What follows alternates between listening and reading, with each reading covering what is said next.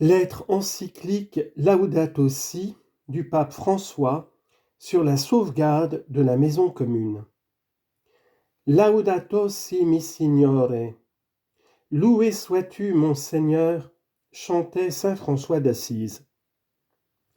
Dans ce beau cantique, il nous rappelait que notre maison commune est aussi comme une sœur avec laquelle nous partageons l'existence et comme une mère belle qui nous accueille à bras ouverts. Loué sois-tu, mon Seigneur, pour sœur notre mère la terre, qui nous soutient et nous gouverne, et produit divers fruits avec les fleurs colorées et l'herbe. Cette sœur crie en raison des dégâts que nous lui causons par l'utilisation irresponsable et par l'abus des biens que Dieu a déposés en elle. Nous avons grandi en pensant que nous étions ses propriétaires et ses dominateurs, autorisés à l'exploiter. La violence qu'il y a dans le cœur humain blessé par le péché se manifeste aussi à travers les symptômes de maladie que nous observons dans le sol, dans l'eau, dans l'air et dans les êtres vivants. C'est pourquoi parmi les pauvres les plus abandonnés et maltraités se trouve notre terre opprimée et dévastée qui gémit en travail d'enfantement, comme le dit saint Paul dans l'Épître aux Romains. Nous oublions que nous-mêmes, nous sommes poussière. Genèse chapitre 2, verset 7. Notre propre corps est constitué d'éléments de la planète, son air nous donne le souffle et son eau nous vivifie comme elle nous restaure.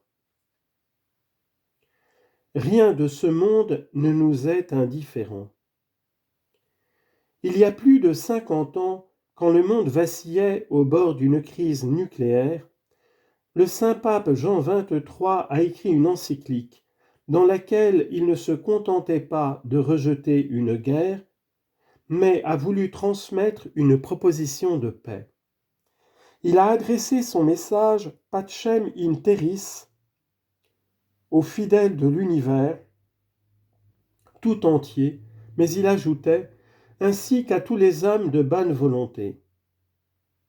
À présent, face à la détérioration globale de l'environnement, je voudrais m'adresser à chaque personne qui habite cette planète. Dans mon exhortation Evangelii Gaudium, j'ai écrit aux membres de l'Église en vue d'engager un processus de réforme missionnaire encore en cours. Dans la présente encyclique, je me propose spécialement d'entrer en dialogue avec tous au sujet de notre maison commune. 8 ans après Pacem in terris, en 1971, le bienheureux pape Paul VI s'est référé à la problématique écologique en la présentant comme une crise qui est une conséquence dramatique de l'activité sans contrôle de l'être humain. Par une exploitation inconsidérée de la nature, l'être humain risque de la détruire et d'être à son tour la victime de cette dégradation.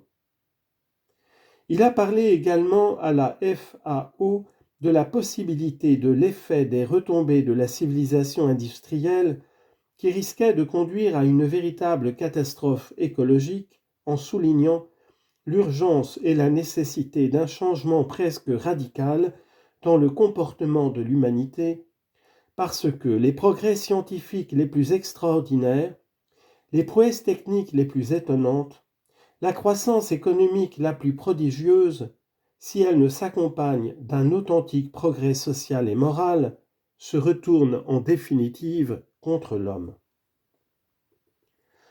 Saint Jean-Paul II s'est occupé de ce thème avec un intérêt toujours grandissant.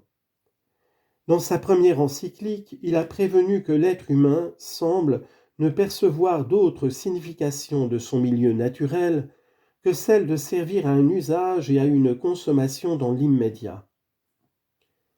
Par la suite, il a appelé à une conversion écologique globale. Mais en même temps, il a fait remarquer qu'on s'engage trop peu dans la sauvegarde des conditions morales d'une écologie humaine authentique. La destruction de l'environnement humain est très grave, parce que non seulement Dieu a confié le monde à l'être humain, mais encore la vie de celui-ci est un don qui doit être protégé de diverses formes de dégradation. Toute volonté de protéger et d'améliorer le monde suppose de profonds changements dans les styles de vie, les modèles de production et de consommation, les structures de pouvoir établies qui régissent aujourd'hui les sociétés. Le développement humain authentique a un caractère moral et suppose le plein respect de la personne humaine, mais il doit aussi prêter attention au monde naturel et tenir compte de la nature de chaque être et de ses liens mutuels dans un système ordonné. Par conséquent, la capacité propre à l'être humain de transformer la réalité doit se développer sur la base du don des choses fait par Dieu à l'origine.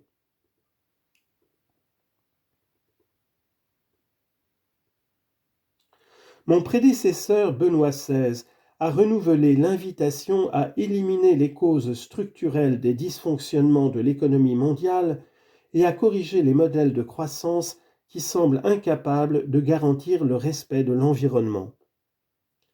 Il a rappelé qu'on ne peut pas analyser le monde seulement en isolant l'un de ses aspects, parce que le livre de la nature est unique et indivisible et inclut entre autres l'environnement, la vie, la sexualité, la famille et les relations sociales. Par conséquent, la dégradation de l'environnement est étroitement liée à la culture qui façonne la communauté humaine. Le pape Benoît nous a proposé de reconnaître que l'environnement naturel est parsemé de blessures causées par notre comportement irresponsable. L'environnement social a lui aussi ses blessures, mais toutes au fond sont dues au même mal, c'est-à-dire à l'idée qu'il n'existe pas de vérité indiscutable qui guide nos vies, et donc que la liberté humaine n'a pas de limite.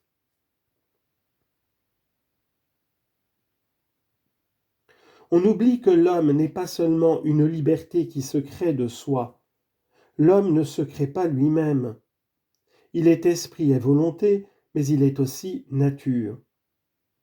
Avec une paternelle préoccupation, il nous a invités à réaliser que la création subit des préjudices là où nous sommes nous-mêmes, les dernières instances, où le tout est simplement notre propriété que nous consommons uniquement pour nous-mêmes.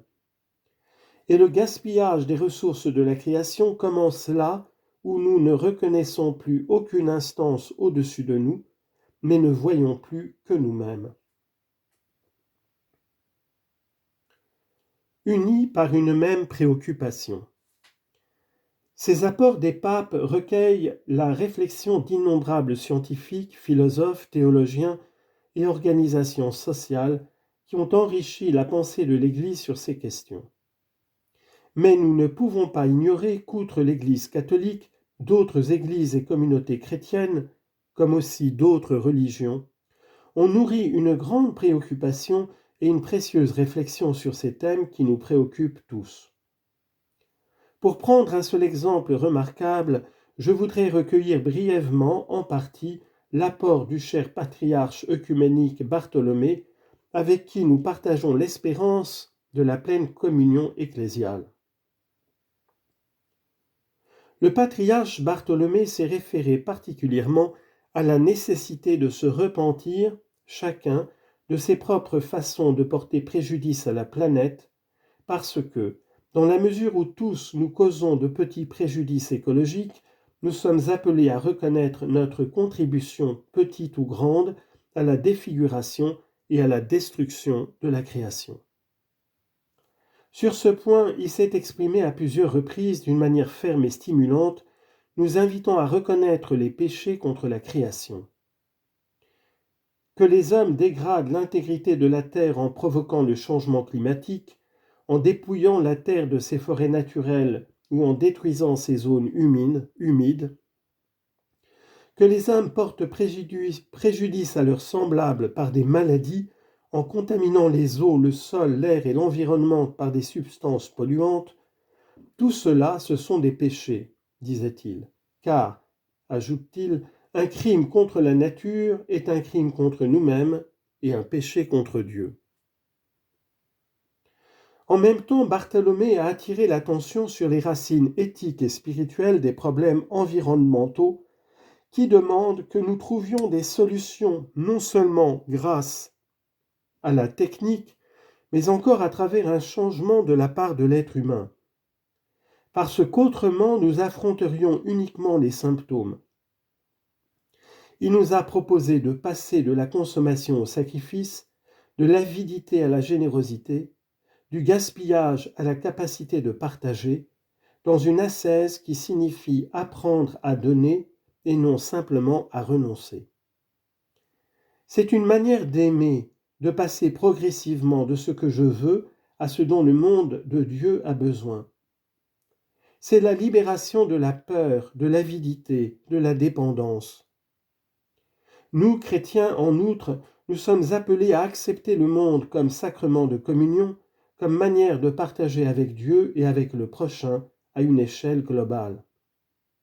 C'est notre humble conviction que le divin et l'humain se rencontrent même dans les plus petits détails du vêtement sans couture de la création de Dieu, jusque dans l'infime grain de poussière de notre planète.